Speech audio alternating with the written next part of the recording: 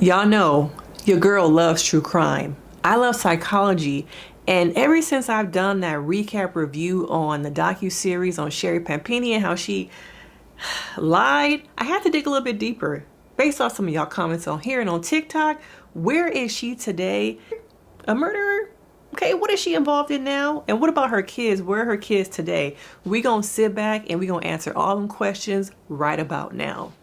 But first, make sure you hit that notification bell because you never want to miss when any of my videos drop. We're going to get there to that 3,000 and y'all going to help me. Now, if you have not heard about this case, where have you been? Okay, twin, where have you been? Okay, because this is a woman who lied to the feds, to her family, to her friends. And where is Sherri today? Okay, now it was interesting that once I put the video out on TikTok, it kind of went a little bit viral. Okay, go over there and check it out. And so some people have been having questions, concerns. Where is she today? Girl has a man. Okay, not only did she get out of prison, last August, she did 10 months out of a 20-month sentence. She got a whole new man. Okay, not only that, her and her man just recently bought a luxury condo not too far from where her kids live, and it gets a little bit spicier. You might wonder, how does someone who lied to everybody, husband, your ex, how did they get a new man? A new man with money. Okay, well, I got the answers. Okay, the thing is, y'all ready for this? Two therapists put them together. Therapists matchmaking. I told y'all it was gonna get good, right? So yes, you have this man named Shawn, I think it's Hibdon. Y'all know I'm not good with names, but Shawn was seeing a therapist, okay? And Sherri was seeing a therapist at, I believe, allegedly the same practice, okay? Now, allegedly, okay, Shawn was seeing a therapist, and at this practice, a relative of Keith's works there. Supposedly, allegedly, I'm gonna use that a lot in this video. Allegedly, the person is the aunt of Keith. Follow me now. Follow me. Keith's aunt is a therapist. And at this practice, she is working with a gentleman who is also seeing Shawn. Okay? And now you have both these two people with a lot of trauma. Okay? Because, wait for it, some of y'all might not know, but Shawn's ex-wife passed away unexpectedly. Okay? Now let's dig a little bit into Shawn. Now he owns a car dealership. He has a lot of, from what y'all have told me, cringeworthy car dealer commercials. And so Shawn is married to a woman named Brittany. Okay? Supposedly they were in a happy relationship. Some people say that. Other people said they were not happy in a relationship. But on the outside, you see two people who are entrepreneurs, own a car business. And so eventually Brittany decides, I don't want to be in this relationship anymore. I want a divorce. Sounds pretty normal, right? Right. But then 4 days after she announced to him that she wanted a divorce, she suddenly passes away. Yes. Yes. Okay, she suddenly passes away, and unfortunately, they don't know how. Yes, she mysteriously, passes away. A healthy woman who exercised, was happy, had this business, suddenly passes away. And you would think a grieving husband, he must be sad. He must want an autopsy, right? Nah, fam, no autopsy. So unfortunately, Brittany did pass away, and there has been a lot of things on Reddit.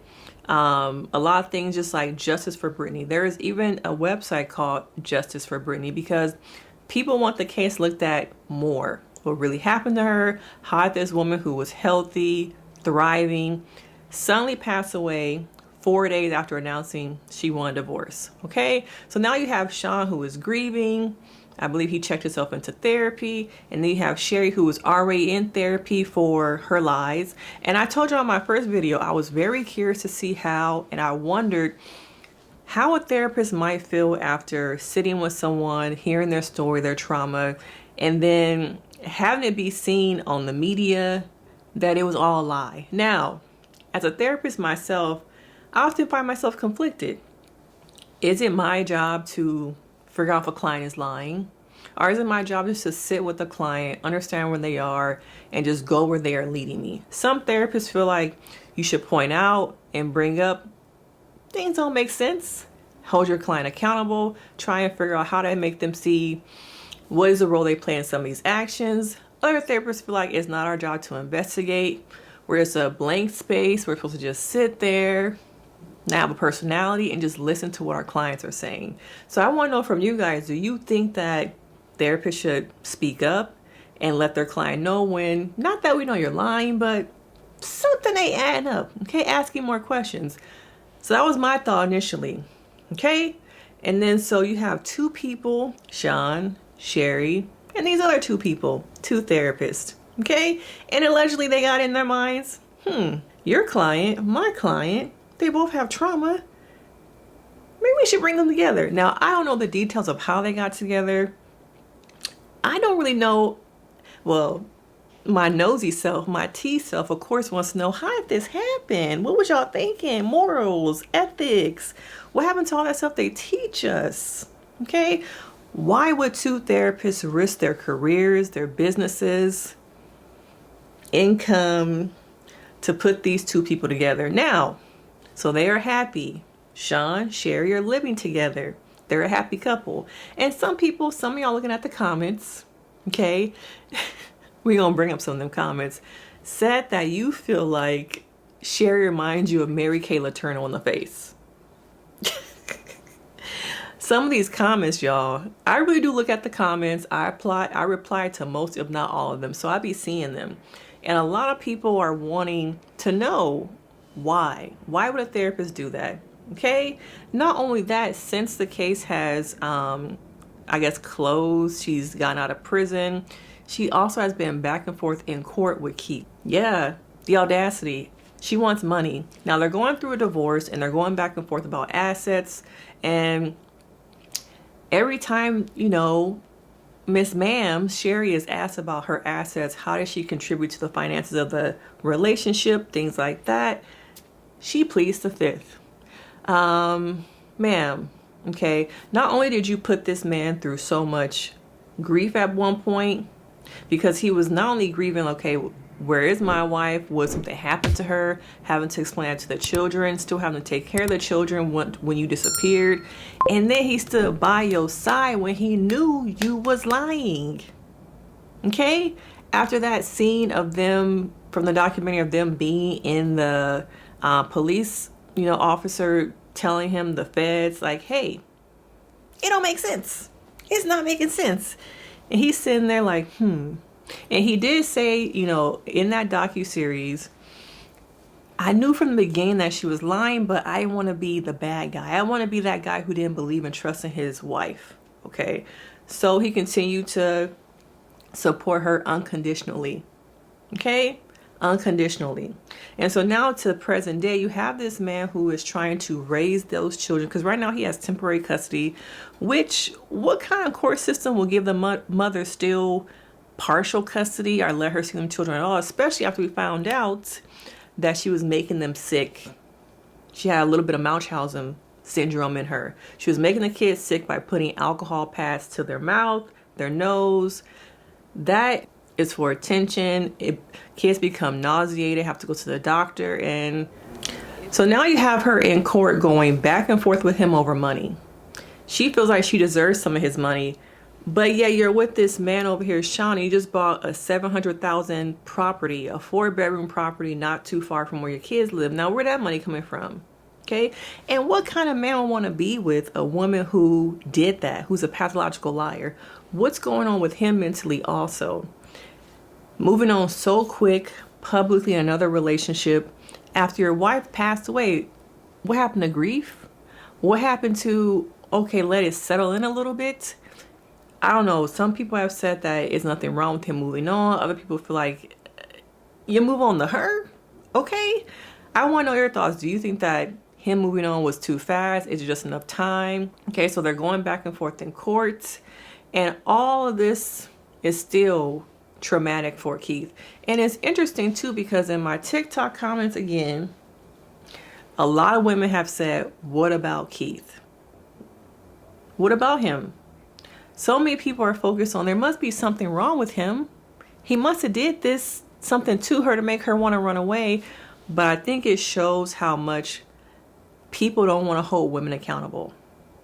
People struggle to hold women accountable for their actions, the things they say, the things that they do. It is much easier to look at the man. How did the man contribute to this? What is he doing? Okay.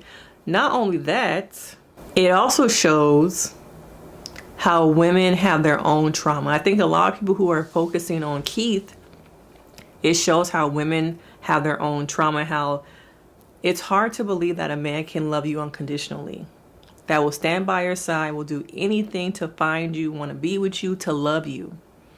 Okay, I think women need to work on that hurt so that they won't bring that skewed view, those blind spots, into how they function, how they comment. Because to me, as a therapist, I'm like, wow, you've had so much trauma with men that it's hard for you to believe that a man can love you unconditionally. Because to me, like, Keith is not my client. I don't know him personally.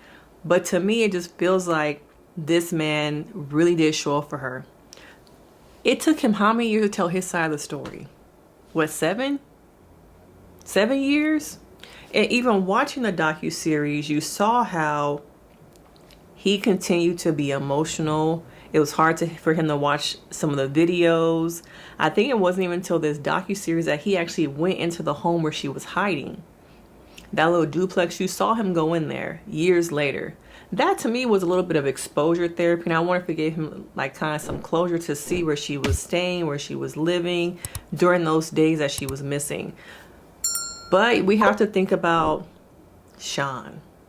Okay, I'm making this video so maybe it'll bring awareness to the case of Brittany, what happened to her, get more people looking at the case, because it's hard to think about this woman who was healthy, had everything going for herself, mysteriously dying 4 days after she decided she wanted a divorce, announcing that to her then husband, and the impact it has on her family to not know how did their friend, daughter, sister pass away. And it just also sheds light that there are therapists out there who don't have morals, don't have ethics. We should not be playing matchmaker with clients who have trauma. In general, our job is not to be matchmakers. We're supposed to sit there, hold space for clients, be there for them. But I think there are a lot of therapists who go into this field for all the wrong reasons. And there are a lot of clients who have terrible experiences, who are trying to just figure out their lives. And then you put me in this position with this person who is supposed to be helping me, but they might be manipulated. They might have their own issues. And therapists in general come with anxiety, depression, but you should not be in a position where you are having power over your clients instead of powering within. But I want to know from you guys, have you heard the case about Brittany, about Shawn? Have you? Okay. But let me know your thoughts, because of course it's going to get deeper and deeper and deeper. Okay. But make sure you like, you subscribe, and I will see you in the next video. Bye.